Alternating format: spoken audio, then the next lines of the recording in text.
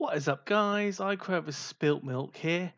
Here we are. So we're meant to be having the Emilia Romagna Grand Prix today. However, due to the recent events, weather-wise, the flooding there, the event is unable to go ahead. Just want to say, I want to extend my best wishes to everyone affected by the crisis, and I hope everyone's okay. And comes out the other end okay. It also might have a knock-on effect to the next Grand Prix in Monaco next week. If the teams can't get their equipment to Monaco, who knows? And also with the French strikes carrying on, who knows? There might not be a Monaco Grand Prix as well. But anyway, so today I'm going to talk about um, who the big issue at the moment. Who should replace Nick De Vries if they're going to replace Nick De Vries at AlphaTauri? So how did we get in this situation in the first place? Well, as you might remember last year, Alpine signed Pierre Gasly from AlphaTauri. In a chain of events, basically Vettel retired from Aston Martin. Fernando Alonso left Alpine to join Aston Martin. And then Gasly left AlphaTauri to replace Alonso at Alpine, hence creating a space at AlphaTauri. So AlphaTauri replaced Gasly with De Vries to be the low risk, dependable point scorer for the team, while the other AlphaTauri driver, in this sense, Yuki Tsunoda, would be the rookie talent Red Bull would want to assess for the future. However, it seems so far this season the roles have been turned on their head. It's now Tsunoda bringing home the bacon, with De Vries now hitting the barriers, literally. So with this in mind, how do AlphaTauri see Tsunoda now? Because this will affect their choice who they would choose to replace Nick De Vries with if they do decide to replace Nick De Vries. Can they go with a rookie to develop now so that Tsunoda has come of age? Or do they still see Tsunoda as a developing driver and they'd want a safe pair of hands in the other car?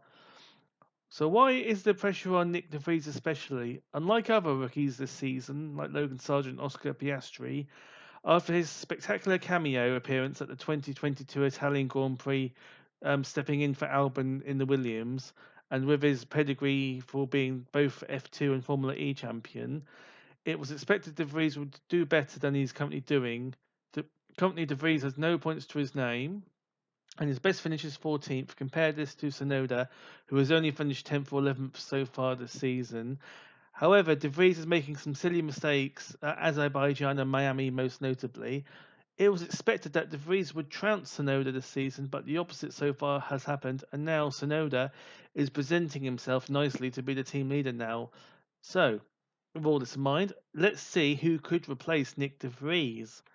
So, going to rate the drivers on under 5 categories. Starting from very likely, likely, even chance, unlikely, and very unlikely.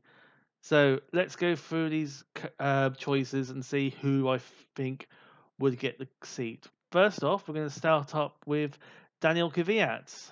He's recently turned 29 and is the most successful Russian driver with 3 podiums to his name, uh, with a best finish in the F1 of second place at the 2015 Hungarian Grand Prix. He's currently competing in Formula E. Daniel is AlphaTauri's usual to go to if they need a driver, not just once but twice, and so many times as well. Um, would Daniel be interested again at AlphaTauri? I think he'd be better to stay in Formula E, knowing AlphaTauri will probably just use him as a stopgap until the end of the season or until they have time to assess other drivers.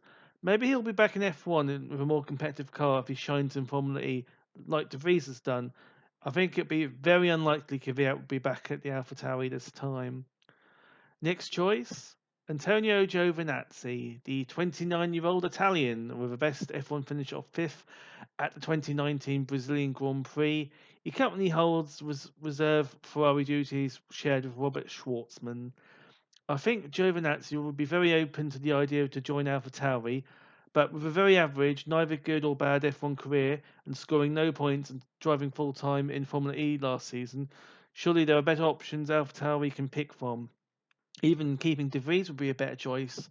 I think it'd be very unlikely Giovinazzi will be the first Italian to drive for the Italian team since Vittorio Luizzi did in 2007.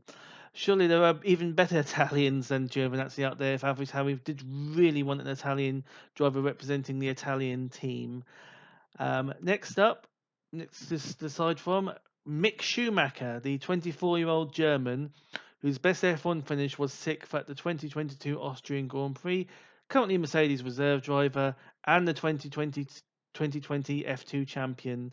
Perhaps he's the best pick so far, but it would still be a very big risk for both Schumacher and AlphaTauri if this does go wrong.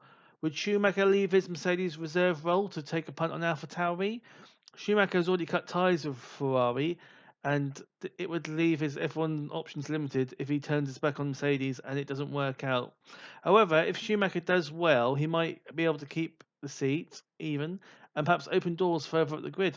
Maybe Schumacher might be worth waiting at Mercedes until 2026 and see if Audi would be interested in him, a German driver at the German team.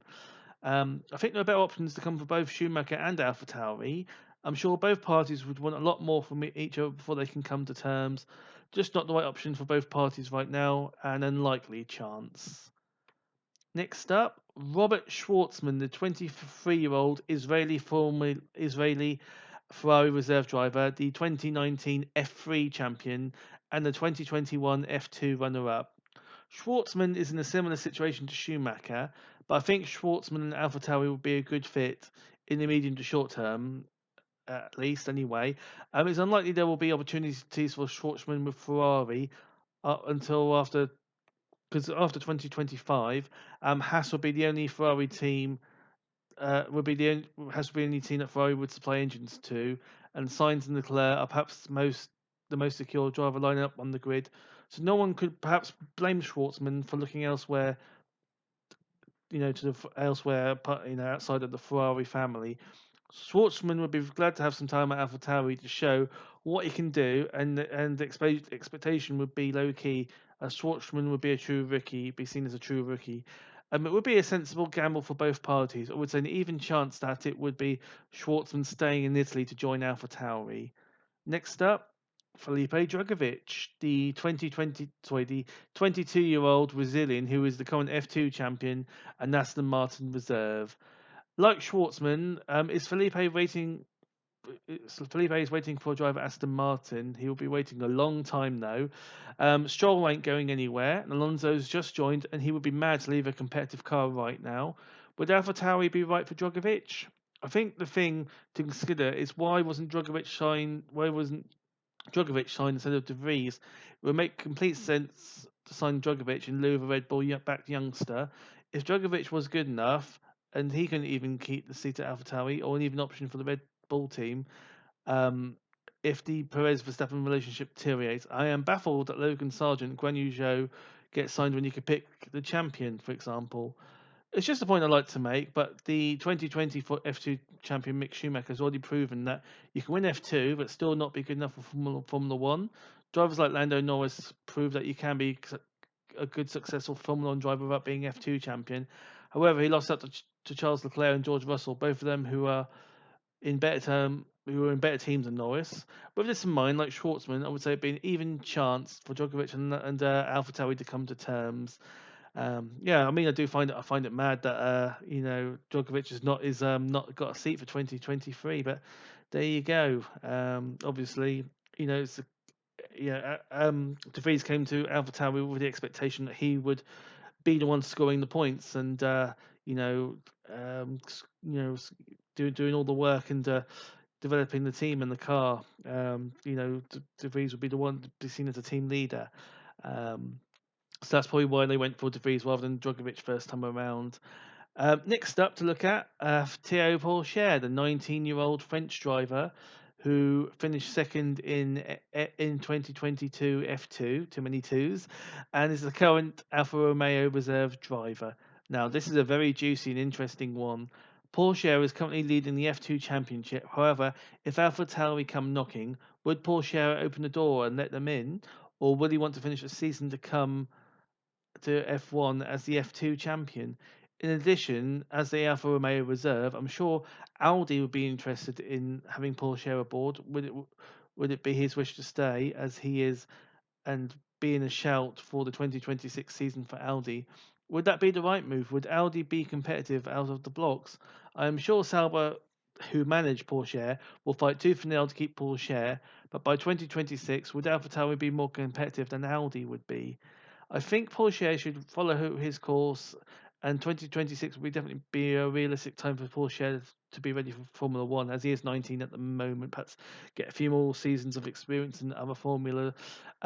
Maybe have 2024, 2025 out on loan, but concentrate on wrapping the F2 title for 2023, meaning he should turn down AlphaTauri this time. I would rate the chance of Porsche going to AlphaTauri being unlikely. Next up, a Red Bull youngster, Ayumu Iwasa, the 21-year-old Japanese driver who finished fifth in F2 last season, is currently third in this season of F2, and as I said before, a Red Bull youngster, the first Red Bull youngster going to mention today. I think Iwasa needs this second full season in F2 just to make sure he is ready for Formula One. I've just had a look behind the scenes. I don't think OS, it's just so many stipulations, but I don't think OS has enough on the super license to drive in F1 this season anyway. You need 40 points. Owasso has got 20 for finishing fifth in F2 last season. He got another 12 for winning the French F4 Championship in 2020. I don't know if he's got any more points elsewhere for other things, or any testing he done with Red Bull, any mileage with them to score some other points. There's other things like that to consider. Maybe OS's chance will come in 2024 or 2025 if he finishes highly in F2 this season. OS won two feature races last season and already has won a sprint and a feature race this season. It would be very popular if Iwasa was chosen. It would keep the keep the Japanese engine supplier Honda happy to have an all Japanese lineup. However, Red Bull will be switching to Ford in the medium-term future, so it's not crucial to sign Iwasa to keep Honda happy. If Iwasa was definitely eligible, I would say a likely chance he'll get the drive. As I said before, there are other ways to get super license points that I probably don't know about, or there's other ways that he'll perhaps make the mark to. And I'm sure Red Bull, if ever Tauri and Red Bull want, Arasad will do all Paul stops to make it happen.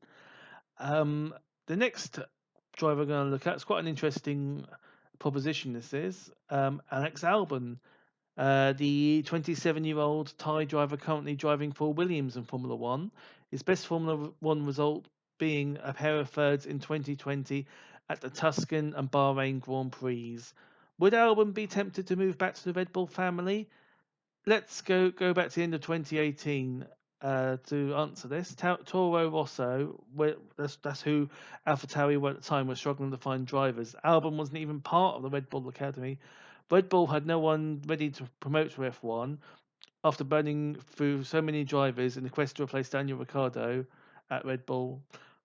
I think Albon would be happy to forego this opportunity. He loves life at Williams, and Williams love him. I think he'd be best served to keep putting in standout for performances at Williams and wait for the right opportunity to move up the grid. AlphaTauri at this stage would just be a sidestep, essentially. Ironically, Albon was in the frame to replace Ricciardo at McLaren, so don't forget that. Don't forget that. So Albon just needs to keep doing what he's doing, and he'll be fine. An unlikely move for me at this time. The next up, another current F1 driver, Guan Yu Zhou, the 23-year-old Chinese driver, currently driving for Alfa Romeo, best finished of eighth at the 2022 Canadian Grand Prix last season. Zhou's currently in his second season at AlphaTauri. Sorry, not AlphaTauri, Alfa Romeo. Too many Alphas. The former Renault Academy driver had an okay first season last season, I would say, but he's just at Alpha to fill a gap while Porsche was getting. But is he just there to fill a gap while Porsche was getting ready for F1? Would it be better for him to move to AlphaTauri to be perhaps more secure? All right.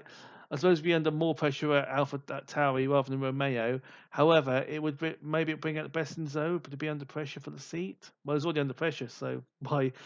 It depends what sort of pressure cooker you want to be in. Do you want to be in the Alfa Romeo pressure cooker or the Alpha Tauri pressure cooker? So far, feeling Joe will be another Giovinazzi. Neither good or bad, distinctly average. Is Romeo or Tauri the better car? I think Romeo is spending time and resource preparing for 2026 entry as Audi, so I fear Romeo will suffer. I suppose for Joe, the choice is it worth persevering with Alfa Romeo and hopefully he's rewarded with a competitive Audi car for 2026? I'm sure that most of the people on the shortlist will also be looking to get a seat at Audi in 2026. Will Bottas still be at the sport come 2026? Would Audi want Bottas? Is Bottas just holding out until Audi join the grid? Will Alfa Romeo become? Will Alfa Romeo um, be signed both Zhou and Porsche in the interim, meaning Zhou will have a good chance to retain his seat for the Audi rebrand? I think compared to Albon, it will make more sense for Zhou to sidestep to AlphaTauri, but is the grass really greener on the other side? I would say this is an even chance. So there's more reason for Zhou to join AlphaTauri than there is Alexander Albon.